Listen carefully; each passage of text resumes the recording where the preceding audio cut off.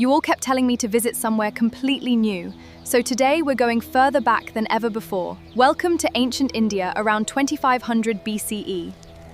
Our mission is to explore India's greatest lost civilizations before history changed them. We're going to see these cities exactly as they looked thousands of years ago. I think I'm getting some curious looks, and honestly, I don't blame them. This is my first time seeing one of the world's earliest civilizations alive. Just imagine this.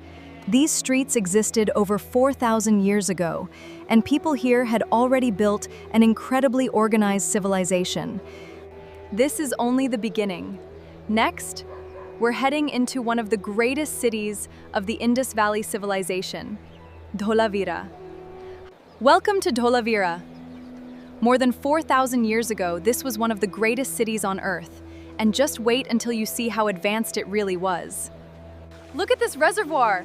People here mastered water conservation thousands of years before modern engineering. This is absolutely incredible. I can't believe how organized everything is. Wide streets, strong stone buildings, and neighborhoods that were carefully planned thousands of years ago. This wasn't just a city, it was a thriving community. Every street is filled with craftsmen, traders, families, and incredible skill.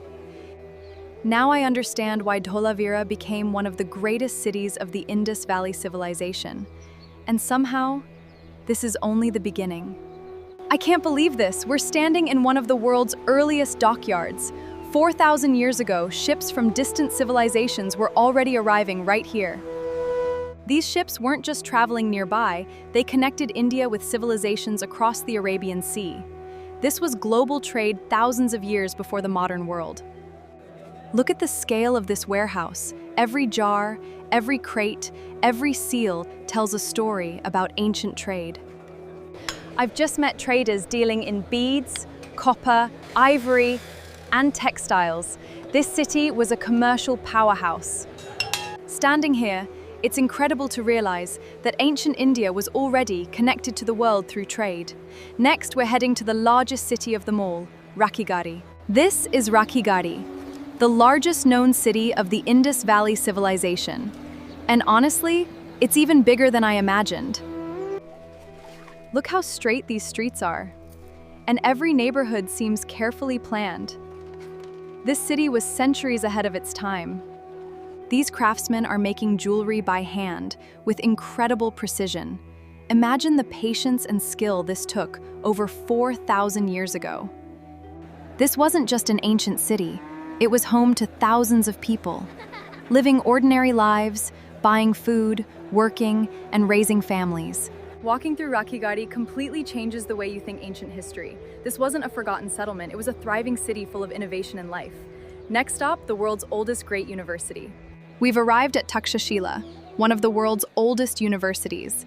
Students from across Asia traveled here thousands of years ago to learn from the greatest minds of their time. I'm actually sitting in a class that's over 2,000 years old. Imagine learning philosophy from scholars whose ideas still influence the world today. This is incredible. They're teaching medicine using herbs, careful observation, and centuries of knowledge passed from teacher to student. These scholars are studying mathematics and the stars with amazing precision. It's incredible how advanced their understanding already was. Takshashila wasn't just a university, it was a place where knowledge from across the ancient world came together. Next, we're joining a merchant caravan along the legendary Silk Route. Today, I'm joining a real Silk Route caravan. These merchants are about to travel thousands of kilometers, carrying goods between civilizations. We've been walking for hours, and the caravan just keeps going. Imagine making this journey without roads, trains, or GPS. This market feels like the ancient world's international airport. Every language, every culture, and every luxury product meets right here. This has to be one of the most dangerous trade routes in history. But the views are absolutely unbelievable. Sharing this journey with merchants from across the ancient world really shows how connected civilizations already were. Next, we're visiting an empire that linked northern and southern India, the Satavahanas. We've just arrived in the Satavahana Empire, one of the greatest kingdoms of ancient India. This empire connected the north and south through trade, culture, and powerful cities. This is where the empire was governed. Imagine ambassadors, generals, and ministers standing right here making decisions that shaped millions of lives. I can't believe I'm holding a real Roman coin, thousands of kilometers from Rome. Ancient India was already part of a global economy. These cave monasteries are absolutely stunning. Imagine carving an entire sanctuary into solid rock almost 2,000 years ago. The Satavahanas didn't just build an empire, they connected cultures, ideas, and trade. Next, we're heading south to uncover one of Tamil Nadu's greatest lost cities, Keezhadi. I've finally arrived in Keezhadi, and this place completely changes what we know about ancient Tamil civilization. Just look at how organized this city already is. Every single street has craftsmen creating something incredible. Pottery, weaving, ironwork. This city was full of talent. I'm actually listening to Sangam poetry while it's being written. This is one of the most surreal moments I've ever experienced. This doesn't feel like ancient history. It feels like a real neighborhood, full of families, workers, and everyday life. The more I explore Keezhadi, the more unbelievable it becomes. This wasn't a forgotten village, it was a thriving, advanced Tamil city. Next, we're heading into India's Golden Age, the Gupta Empire. Welcome to the Gupta Empire, often called India's Golden Age. This is where science, mathematics, art, and culture reached incredible heights. It's amazing to think that ideas developed during this period would influence mathematics across the entire world. These astronomers are carefully observing the sky centuries before telescopes. Their understanding is far ahead of what I expected. Everywhere you look, there's incredible craftsmanship. This wasn't just an empire, it was a cultural renaissance. What an incredible journey through India's Golden Age.